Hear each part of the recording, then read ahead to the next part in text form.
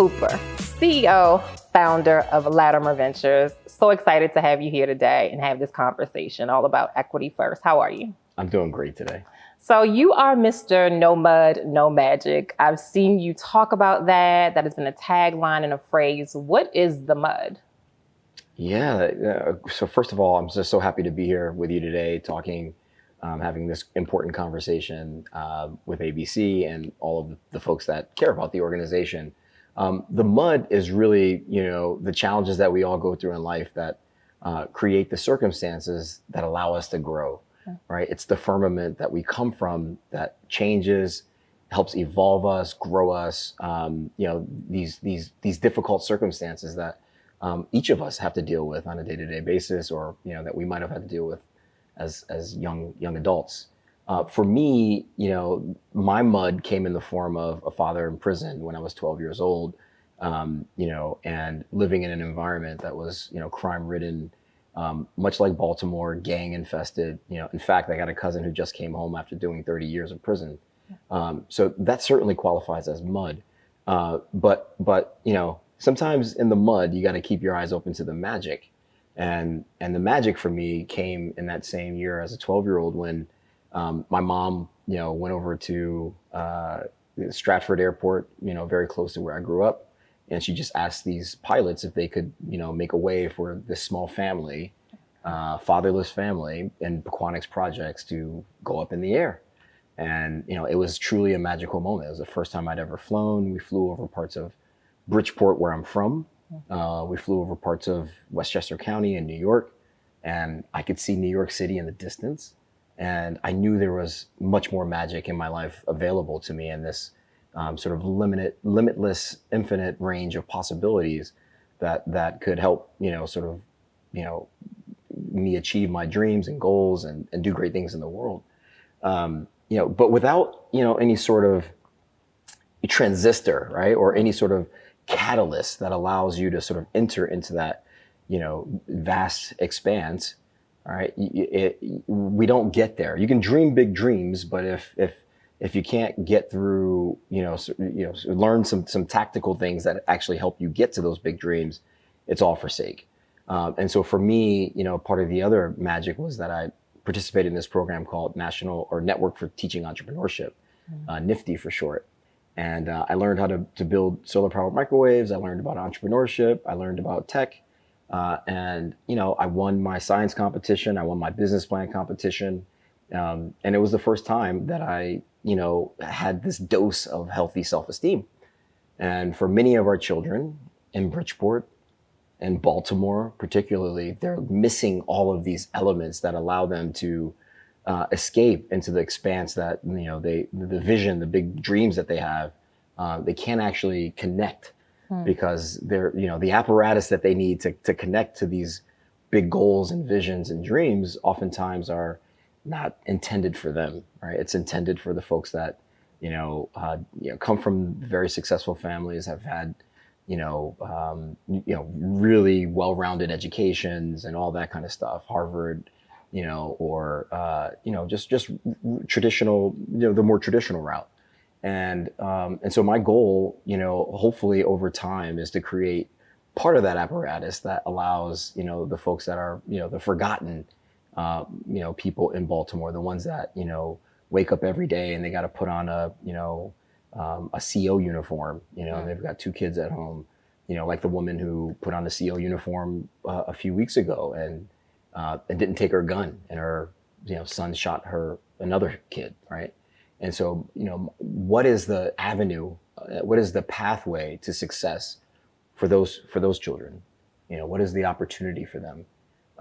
Part of it is seeing, symbols, examples of tremendous success and what they can actually achieve that are true, that are achievable, that are realistic and accessible, right? And so I make myself as accessible as I can here in Baltimore. I've been here, I'm proud to say, I've been here for 21 continuous years. That might even be longer than you, Crystal. I don't know, Luke. I don't know. It might be longer than you, even though you're from here. But I'm proud to have been, a Baltimore resident for the past 21 years. And I think the work that we're doing at Latimer and through my platform, No Mud, No Magic, are critical to creating those symbols. Now, you talked about these symbols, and there's something that was inside of you, though. You did have these 3 events that happened, right, when you were 12.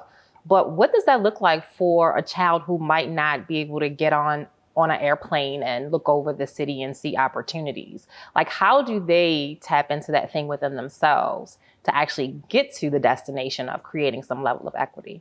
Yeah, it's such a great question. I think oftentimes we overlook, particularly in the mud, because when you're in the mud, it's really dark and black and soulless, and you have limited visibility. But within that mud, you've got to open your eyes. All right, as painful as it is, right? And there's pain associated with growth. That's just the nature of it.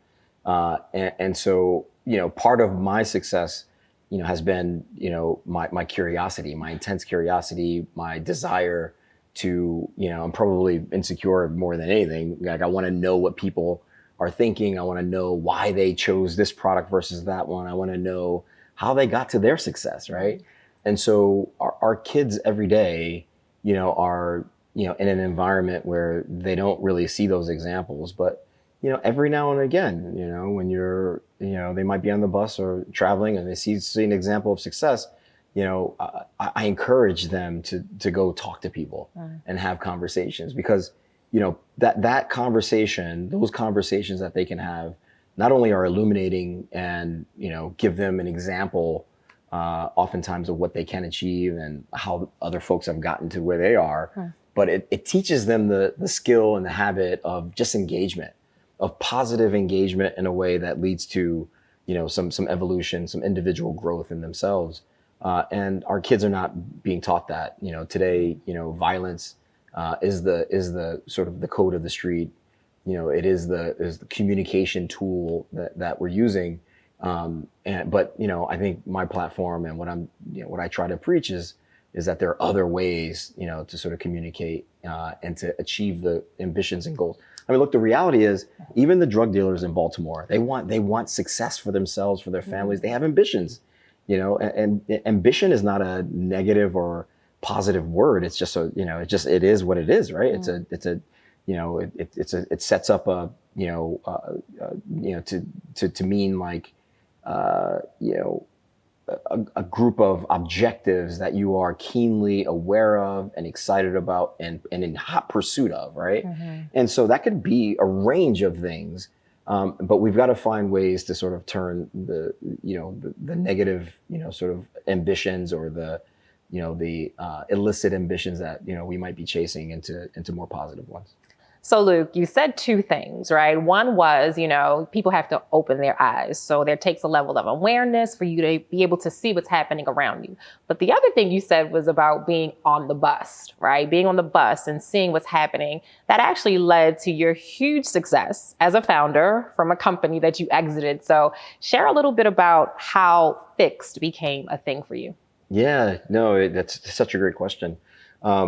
Yeah, indeed, my initial sort of product launch and success came from, just an observation I made on the bus. I was in this program called Techstars, and I was on the bus, toiling with this idea that I had. That organization, helps young entrepreneurs build, scale, grow, develop their business ideas, and then get funded over a 12-week period. So I spent, the better part of 12 weeks in Boulder, Colorado, and maybe halfway through it, the idea was floundering. I didn't have a real firm sense of where I was going. I knew I began with this thesis that we were going to take the middleman out of insurance, but I didn't really know which market we were going to attack first and when and how. There were a variety of pivots along the way and other, sort of thinking about what we could do around warranties and all of these things, right? But, it seemed to be all noise to me. And just like the noise that, our kids today face, in EA, Edmondson Avenue, or, wherever else, they hail in Baltimore City. And so, when I was on that bus, I accidentally dropped my phone. It was an iPhone something, I don't even remember. In that moment, I had, my eyes open, and I was just, being naturally observant of what was going on around me. And I saw, all these people, have the same sort of reaction when I dropped my phone. And, there certainly was a little bit of fear there, right? And I think it's important to talk about it because you've got to overcome that fear, whether you're trying to change the world with some software product, or you need to do something that is very, very difficult that you haven't done before, right? And so in that moment, the fear for me was like, these are people I don't know. I'm on a bus in Boulder. I'm a dark-skinned Black man. And I think I might have been the only one in Boulder, Colorado, at least over that 12-week period. I was one of the few people that, like me, I saw, right? And so there's certainly intimidation about just walking up to random people I don't know, who don't look like me and don't come from what I come from, to have a conversation about why they reacted the way they did. And so, but I overcame that fear. And sometimes, the way to overcome fear is just like to just do it, Yeah. And so I just got up and I just started having conversations with the closest person next to me. And I said to them, why did you have that reaction? And then it started this broad conversation inside the bus about, the range of observations and the range of reactions to me dropping my device. And what I learned in that moment was that, people reacted that way because it kind of sucks to break your phone, right? We all know that, but why? And once you ask the deeper questions, you get to the root of the problem, which, is it's hard to get it replaced and get it repaired. Well, why? Well, once I started to do some research, I learned that there were 50,000 daily Genius Bar requests, where every single day someone's breaking a device and calling somebody at the Apple store or at one of these retail shops and asking them to repair a device.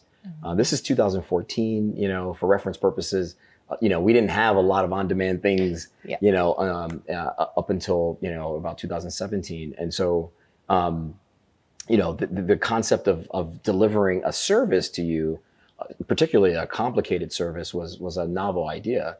And so when I began to research this more, I saw that there were 50,000 daily Genius Bar requests, but there were only 300 Apple stores. So capacity issue right there. I also noticed that the price of cell phones had gone up tremendously. They had gone up from a couple $100 a device to almost $1,000, right? And people thought the price of devices were going to drop tremendously, and they didn't. Also, subsidies were going away. Verizon and all the carriers, they used to, there was a time when you could pay $1 and get an upgrade, and they cut that off. They said, no longer are we doing that. And so, when I thought about that collection of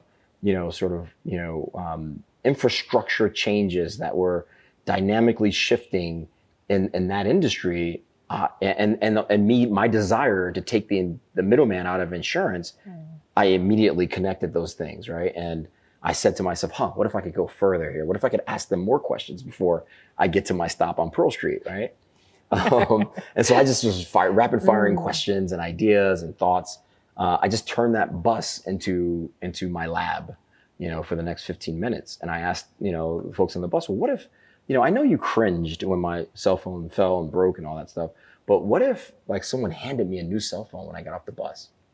They were just like, whoa, that would be amazing. How could you do that? That led to a whole set of other questions. And eventually what we figured out is that we could tap into the phone's gyroscope and the accelerometer data to figure out when you dropped it or broke it. We could also connect that event, right, to one of the 1,500 disconnected technicians that existed in the world that were already going around solving problems, but there's no coordination, there's no orchestration, there's no uniform pricing.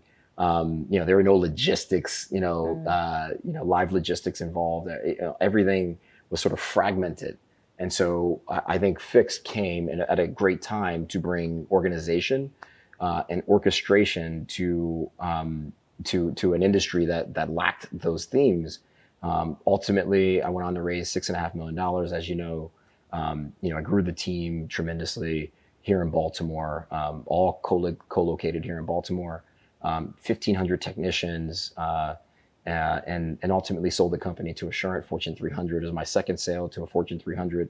And within 7 months, the company had, gone on to do, literally hundreds of millions of dollars for the acquirer, and has become an important part of their own infrastructure and scaffolding. So, and here's another critical point I'll just make about that, because like it's interesting to talk about product and tech and all that stuff. We could have a long conversation there, but I think the more salient point that I like to make, particularly as it relates to Latimer Ventures, is that genius can exist in a lot of forms, and it's everywhere. It's abundant, and I think this world is conditioned in a way not to see Black entrepreneurship, not to see genius when it emanates from us in the way that it does.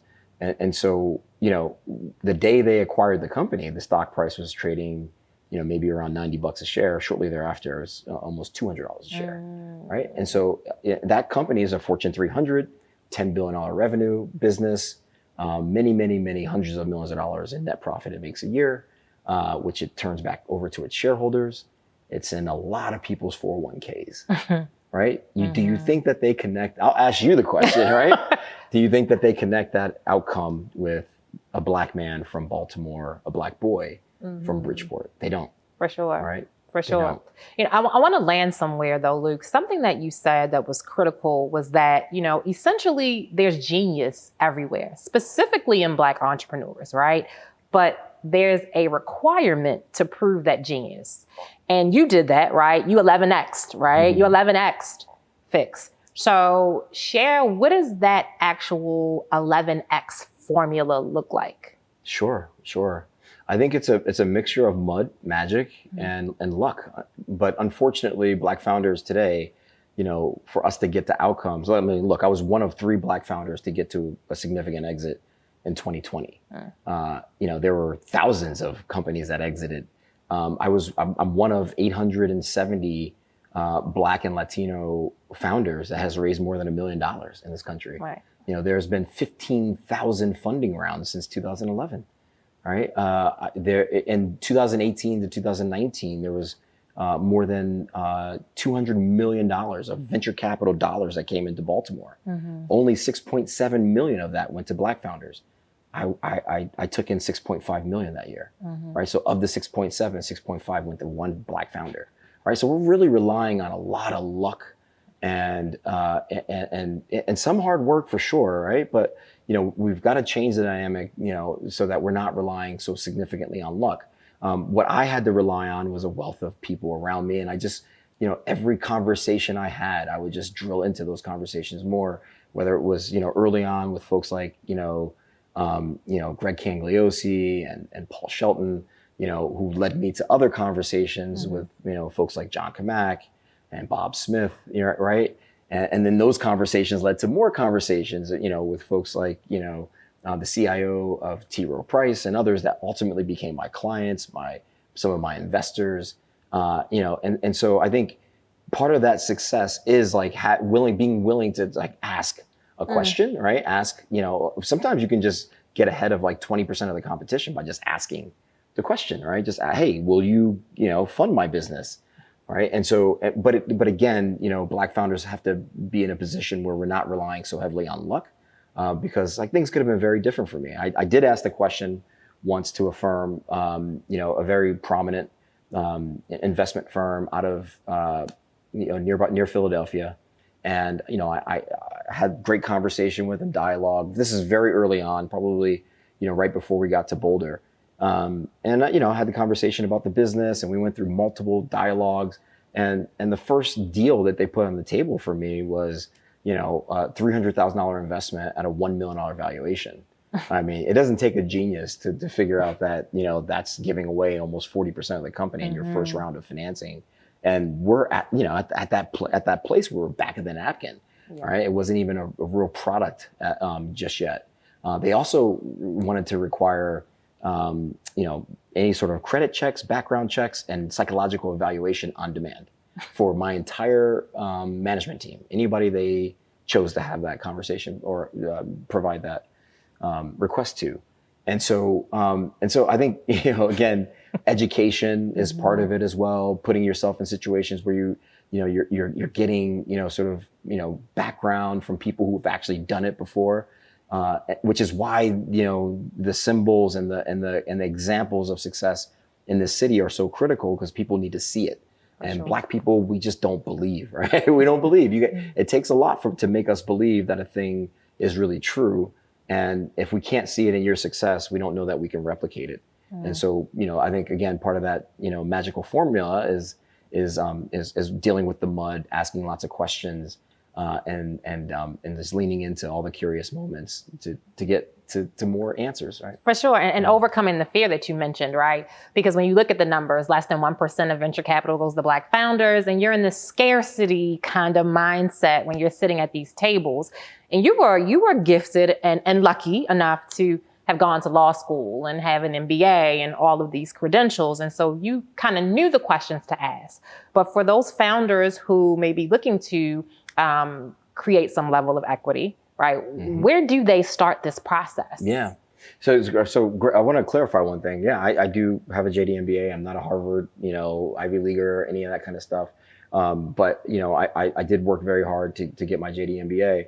And I would say that I was woefully underprepared to launch a tech venture by the time I went to Babson. Like Babson is the #1 school for entrepreneurship, for the last 25 years, U.S. News and World Report. Syracuse is an incredible school. The founder of Carlyle Group and, Carmelo Anthony and so many others, have gone through those doors. In fact, I did the commencement speech at Syracuse. I was honored to do that, less than 3 months ago. And, but you're right. Those things do give you some background, but not enough. And I had no sense. I mean, you got to remember, when I got that first term sheet, I didn't really know. Right. And I was already an MBA graduate at that point. Right. But I didn't really know what questions to ask. And so, I think it's two things, right? I think founders, first of all, the gumption to go start a thing and to observe something in the market and say, I'm going to go build a product here, means that you have some insight and some intuition, right? And I never tell founders to disregard their intuition. Never, right? You've got to get a second opinion. I think you should validate, just like you'd validate your business model. And so the two things that I press upon founders as a starting place to figuring out, like, how do I start? Where do I start? Where do I go to get money and those kinds of things? There's a litany of information online. There's organizations like, Black VC, which does a variety of educational support. There's, TEDCO here in the state of Maryland, and Troy's, pretty incredible. Like, so there's a variety of resources that, entrepreneurs, particularly underrepresented entrepreneurs can engage with, right? But don't dismiss, or abdicate your intuition, right? Your intuition tells you that this feels off, and because I think your body is way smarter than your mind in some ways, right? And so, absorbing that feeling, acknowledging it, and then letting that lead you to either ask more questions of that person, and then go to other people and validate again what they said, to get to some, unbiased truth is really the key. How important is vetting in this process? Vetting people who you would like to fund you, vetting potential partners, because we know you had another startup and had partners in that. So how important is the vetting? Yeah. I'm so glad you asked that question. Vetting is important, right? But Black people are heavily vetted. Right, for sure, right? For sure. Right? We're heavily vetted. And so when we began this journey about 120 days ago to build Latimer Ventures, I wanted to build a different kind of venture capital firm, one that didn't, rely too heavily on, the fact that you went to college or you didn't go to this school or, following the same kind of signals that, the large VCs do. All right. I wanted to do it differently because I think also, there are all these barriers to entry that Black people face getting into tech just to begin with. I don't want to create more barriers, but particularly not ones that are, unnecessary. And so, I tend to focus on core dynamics of the business, features of that person that make them, sort of their skill set, unique to that business and important, and impactful even to the future growth of that company, right? And I tend to keep our parameters around those things, right? We have a lot of, sort of, hard and fast kind of, things that we look for, $500,000 to $1 million in ARR and recurring revenue, a diverse founder. It's got to be enterprise technology, right? Which is our focus also. And it's competitive, right? I can't put $1 million into $100 million round and own 1% of the company, right? And so, we look for these features that take the other kinds of biases out of the decision making altogether, which has led us to some great founders. But I think vetting is important. But like what I try to impress upon, I had an investor, a very prominent investor here in Baltimore. He told me, to my face, he said, "Luke, I caught myself. This is a white guy, old white guy. Is probably worth, close to $50 million, $50 to $75 million."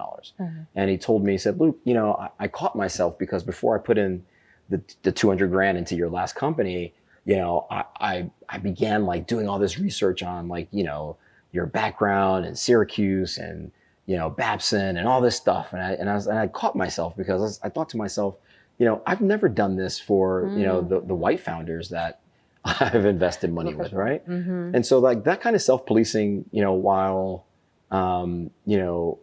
encouraging, right, is sort of like table stakes, right? Because Black people have had to be that way, and adapt to a world that, hasn't really been, in America, quite frankly, that hasn't really been retrofit for them. And so, it was encouraging, but I think it's that level of sort of self-analysis, self-policing that the entire industry needs to sort of embark on. $70 trillion of assets rolling around the earth that get invested into venture, and 98% of it is dictated, managed by white males. Absolutely. Period, point blank.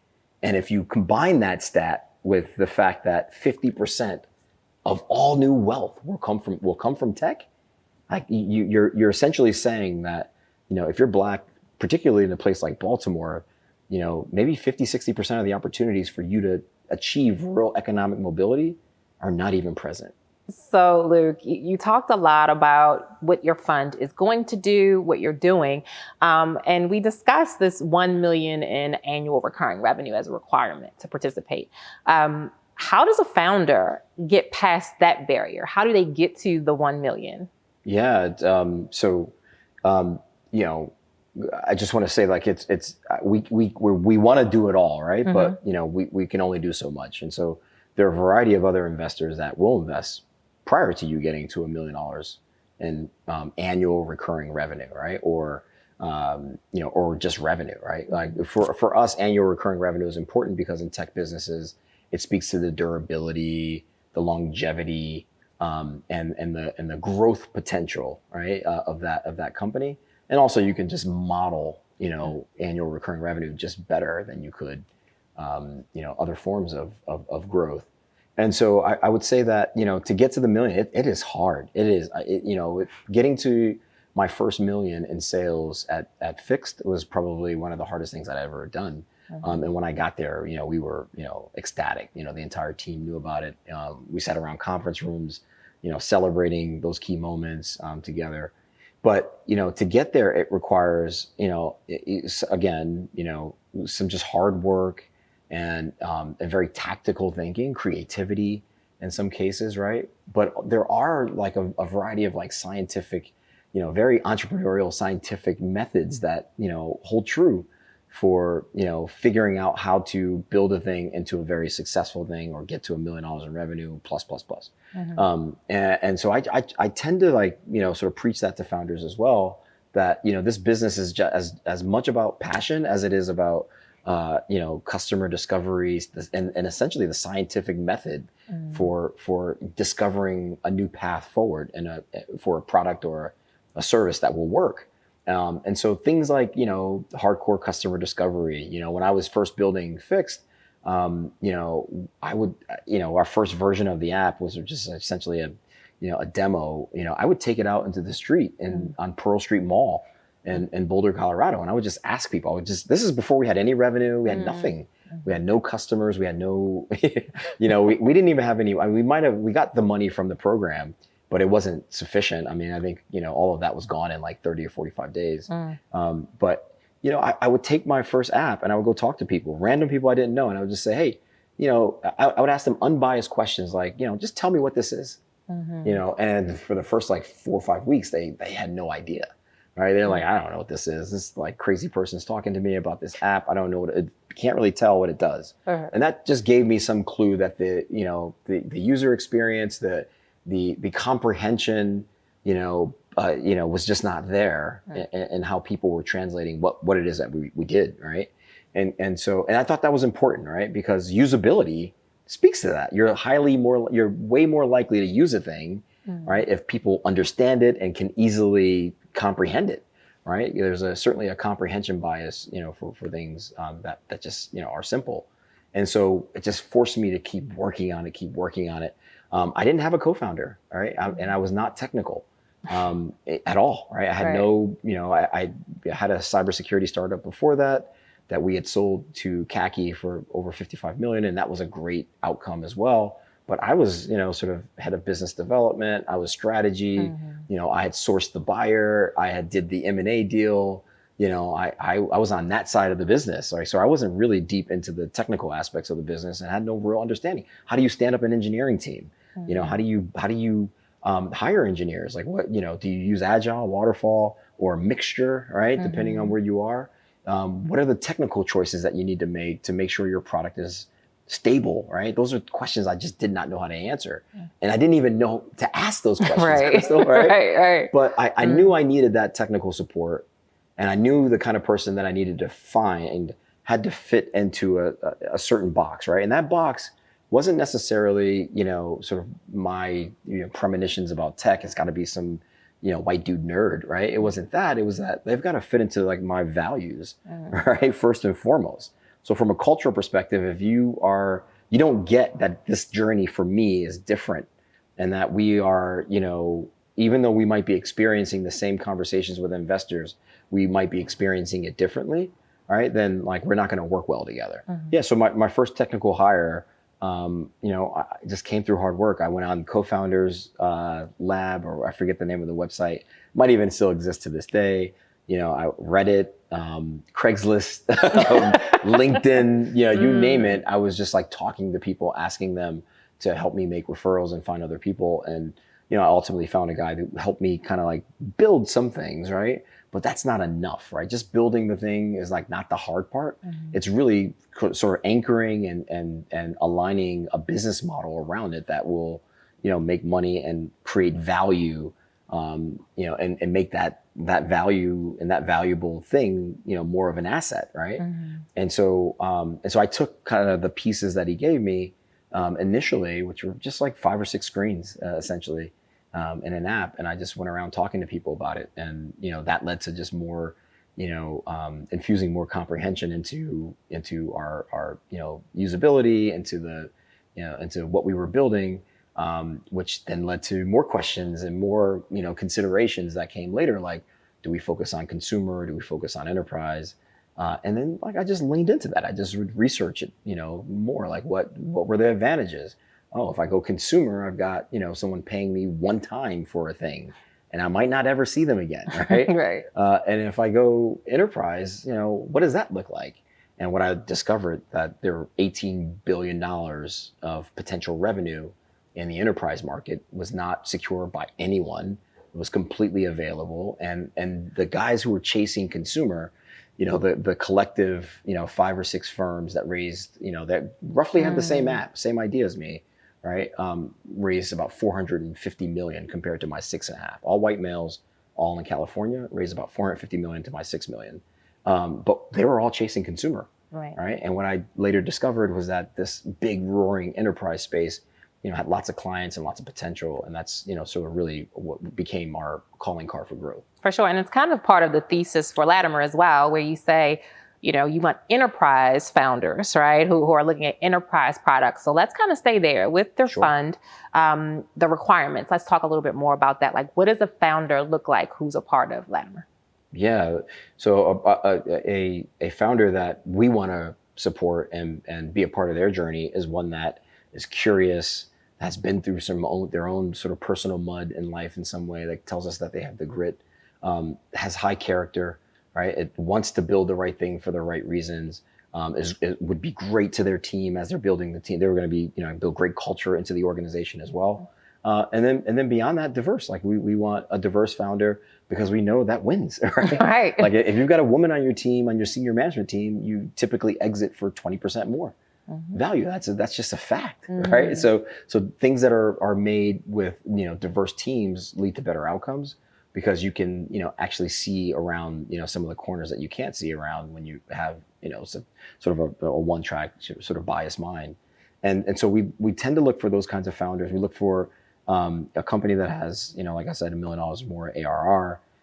Enterprise technology is important to me because I think, first of all, there are a lot of buyers, right, that are interested in things that are making, organizations, whether they're small organizations or, large enterprise organizations, more efficient, more secure, giving their individual employees better health outcomes, right? So health IT is also a focus area for us as well. But, when you look at the numbers, right, there have been over 11,000, funding rounds that were done for people, focused on enterprise technologies. It's returned roughly since 2009, 1.1 trillion to investors, compared to consumer, 250 billion. Right, when you take out WhatsApp and all the Facebook and all the big mega deals, right? So enterprise just wins more, right? And why that's important? Why do I care about that? I care about that because I want to make my LPs money. There's no question about that. I want to, experience the same level of wealth, that anyone else's hard work is going to, give them, right? But beyond that, it's important because if you can create that value, there becomes a more solid exit vehicle pathway for Black founders to not only build great technologies, but like get the credit and also the wealth that they deserve in their time through good exits, right? Great companies produce good exits. And so our model is really about connecting those two themes by not only writing a check to a great founder, who is diverse, who, is focused on enterprise technologies, but also, has an understanding of, the reason why they're creating this asset is eventually to, put it out into the full world. And you do that through acquisition. So we connect our entire, Rolodex of Fortune 500 buyers to our investment so we can drive outcomes for founders faster. Because, if I've got more Black founders in a place like Baltimore, with wealth, doing great things for the community. I mean, think how many lives we can change. Yeah, for sure. Now, how does a founder, though, shift, a Black founder specifically, shift that mindset from the consumer marketplace to the enterprise marketplace, especially when many Black founders come from spaces in corporate America where they may have been marginalized, where they have experienced excessive bias? Sure. How should they approach that tactically? To grow that legacy that you're talking about? Yeah, so you're right. There is a strong sort of penchant for Black founders to focus on more consumer oriented things, right? Like marketplaces or beauty products and those kinds of music, right? Those are common themes, right? And I'm not saying there's anything wrong with that. For sure, we are good at innovating in any environment that we're in, right? That's the reality of it.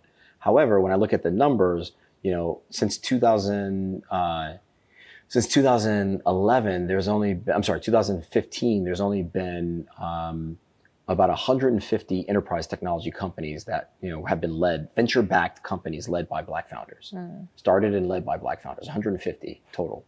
Of that 100, which is crazy in and of itself, right? But, when I look at that 150 and we began to do some, advanced analytics on it, 50 of them got to Series A. So 1/3 of the full 150 got to Series. That's more than most companies, right? Most companies don't get to a Series A. And then when I look at the 50, 30 of them got there in the last year, right? So we're at the tip. And then when I look way below, right, you have 10,000 plus potential Black founders, and that are thinking about doing, training, growing in some capacity in the enterprise technology realm. Right, Assurant, acquired our company, and their whole model is growth through acquisition. In their 150-year history, they had never acquired a company led by a Black founder or a female founder, right? And it led to, a pretty incredible result. And so I think, we're just at the tip of the iceberg for how, we're going to affect now, the enterprise and super positive ways, right? As companies become more diverse, they need Black founders to be developing technologies that think about, incorporate the needs and the uniqueness of a more diverse array of people. And so I'm excited to back those kinds of founders because I think together we're going to change the world. So how do you find these founders, Luke? I found you, right? I stalked you, Sure. but how do you find founders to participate in your fund? I attend events. I go to conferences. I go to the local meetups. I make myself available, right? But I have an an analyst, Russell, and he's out and about as well. My chief of staff, Peter, is out and about all the time as well. So I spend time in the community, in places, so people see me. I was just at the ETC. I met a bunch of founders there, one of the pitch nights. And so founders can find me that way. But the reality is, like anything worth doing in life, you got to work for it, right? For sure. You got to work for it.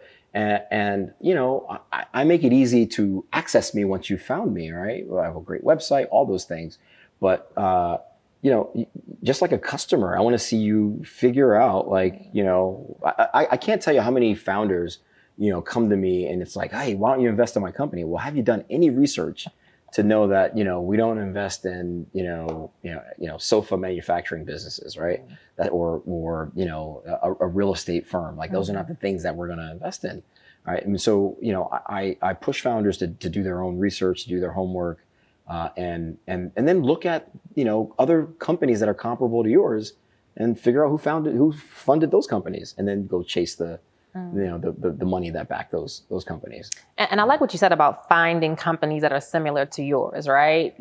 Who've created enterprise on demand as that's they're building. So what would you say to someone who is interested in being a part of Latimer, right? And they come to you unprepared. Yeah, so I usually hate the VCs that sort of either ignore people or just push them away and tell them no. I tend to give them the resources that they need to be successful in the space that they're in, right? And so if they're very early on and they're, even if they're thinking about some new enterprise technology, but they don't have any revenue yet, no customers yet, and they're not really sure of the way, I've committed to my limited partners, to my investors, that I'm going to spend my time, with founders that we're going to lead to a great return for us. And so I can't spend all my time that way. But I give them the resource. I'll point them to Y Combinator, Techstars, Locally Accelerate, Upsurge. I've pushed a lot of, founders in that direction as well, because there are a lot of resources available to them, that oftentimes just get missed or overlooked. So Luke, we know that you have Latimer Ventures, and tell me a little bit about your work with Latimer House. Great question. So yeah, I have my platform, No Mud, No Magic, which led to a lot of, sort of the success I've had with companies.